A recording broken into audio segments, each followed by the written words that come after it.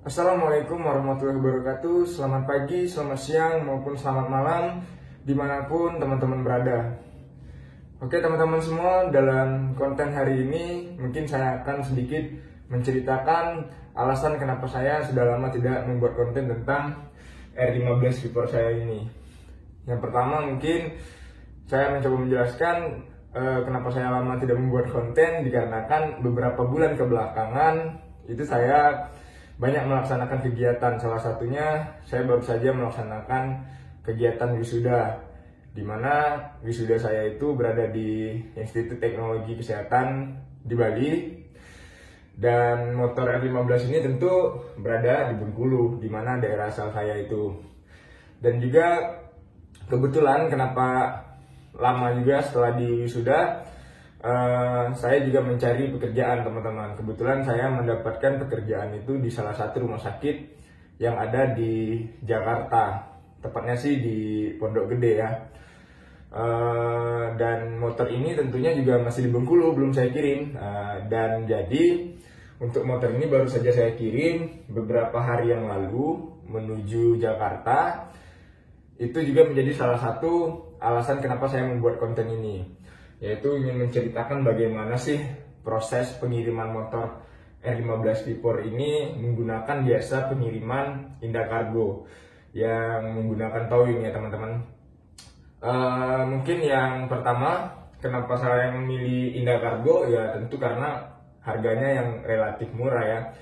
Untuk motor R15 Vapor ini dari Bengkulu, itu di Sumatera, tepatnya dikirim ke Jakarta itu dengan biaya kurang lebih 1,4 ya, untuk motor 155 cc dengan bobot berat yang 137, hampir 140 kg, itu ya lumayan relatif murah. Tentu juga dengan bentuk bodi yang besar, jadi banyak memakan space di dalam mobilnya.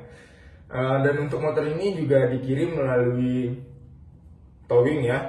Jadi untuk tingkat keamanannya juga jauh relatif murah.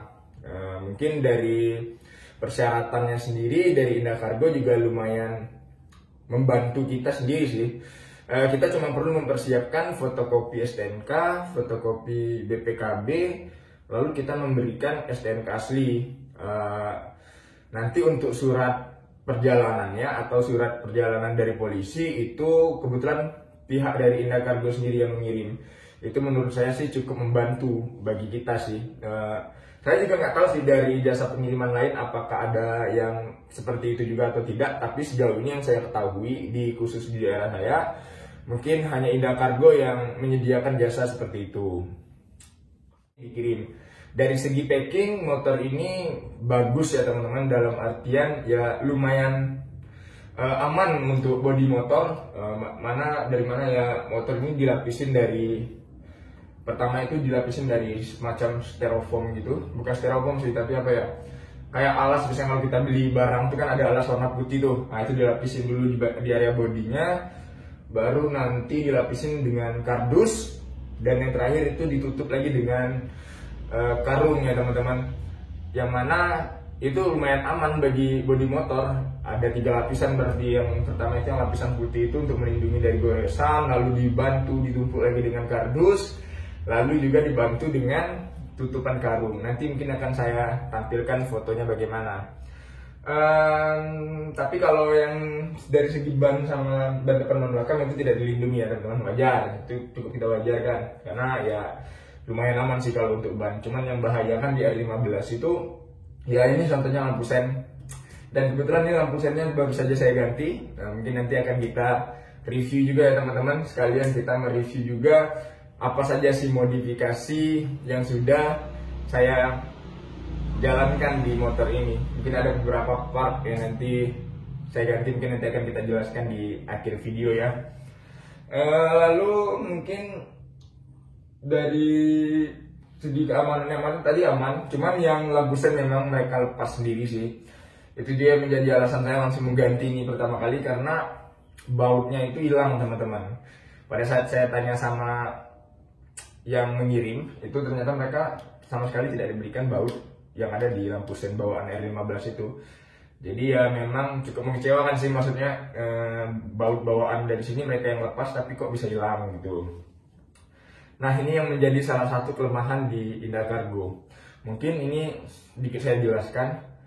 Saya tidak tahu dengan bagaimana sistem website dari Indah Cargo ya teman-teman. Mungkin kalau teman-teman pernah mengirim barang melalui JNE, JNT, itu dimana barang teman-teman berada, itu akan selalu update di websitenya ya. Mungkin barang teman-teman baru sampai di kota A, lalu sampai di kota B, lalu dalam proses ini, proses itu kan diupdate terus mungkin per harinya.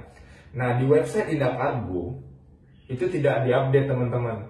Jadi setelah barang kita kirim dari Bengkulu, itu baru update-nya satu, bahwasanya barang akan segera dikirimkan ke Lubuk Linggau. Lubuk Linggau itu ada salah satu kabupaten di Palembang, yang mana motor ini dikirim dulu di sana karena di sana kebetulan gudang besarnya Indah Cargo. Nah, setelah itu udah teman-teman, di website itu hilang kontak, dan itu cukup mengkhawatirkan ya.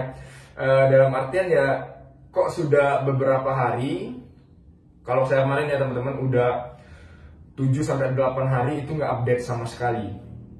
Bahkan saya sampai menghubungi pihak Indah Cargo yang ada di Bengkulu, itu tidak mendapat jawaban. Lalu saya melaporkan ke nomor yang ada di website Indah Cargo itu untuk pengaduan pelayanan, itu juga tidak dibalas. Saya email, itu juga tidak dibalas.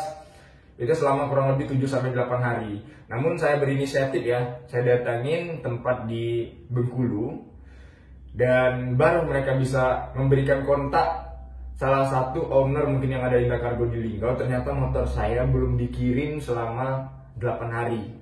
Sedangkan mereka mengucapkan kemarin bahwasanya mengirim motor dari Bengkulu sampai Jakarta itu kurang lebih 5-6 hari.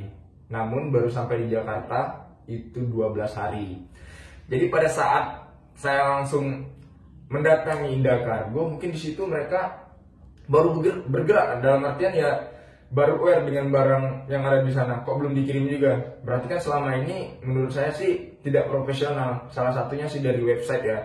Mungkin kalau pihak Indah Cargo menonton video ini, seharusnya itu bisa diperbarui. Salah satu contohnya aja sih, kalau memang di website tersebut diletak nomor untuk pengaduan, ini nomor WhatsApp ya teman-teman, sama email, ya seharusnya dibalas kalau memang itu benar-benar untuk pengaduan pelayanan. Padahal di sana saya jelaskan nomor resinya berapa, pengiriman dari mana, pada hari kapan, nama pengirim dan nama penerima juga saya cantumkan di sana, namun tidak mendapatkan jawaban sama sekali. Itu menjadi salah satu kekurangan Indah Cargo. Jadi buat teman-teman yang mau mengirim Indah Cargo, mungkin teman-teman harus rela menunggu motornya itu dikirim dalam waktu yang lama. Bahkan saya membaca di salah satu ulasan di Google, itu ada salah satu saudara kita di Indonesia juga itu sampai 3 bulan teman-teman motornya diem di gudang Indah Cargo dan nggak tahu gudangnya di mana. Karena gudang Indah Cargo kan banyak di Indonesia, dan itu selama 3 bulan belum ada jawaban kemana motor teman itu. Ya mungkin itu menjadi salah satu PR bagi Indah Cargo, mungkin karena juga dia pengiriman jasa yang baru. Namun menurut saya sih karena harga yang relatif murah, jadi membuat Indah Cargo itu menjadi langganan mungkin bagi masyarakat Indonesia. Tapi ya seharusnya kalau memang mau merubah image dari Indah Cargo sendiri, ya seharusnya mereka bisa memperbaiki website itu sendiri. Mungkin ini sekilas tentang update dari apa saja sih yang sudah dimodifikasi di R15 ini. Yang pertama tadi ya lampu sen tempelnya, ini saya beli di harga kurang lebih 80.000 ya, udah sama pemasangannya. Lalu tentu ini yang menjadi andalan di R15 mungkin spion winglet ya teman-teman. Spion winglet di sini harganya itu kurang lebih berapa ya? 450-an mungkin, udah sama pemasangannya. Dan tentu ini yang menjadi favorit sih bagi teman-teman pasti yang membeli R15, langsung mengganti kaca visornya atau windshieldnya menjadi yang lebih jenong ya. Ini kurang lebih harganya berapa ya, 120-an mungkin untuk harga yang ini.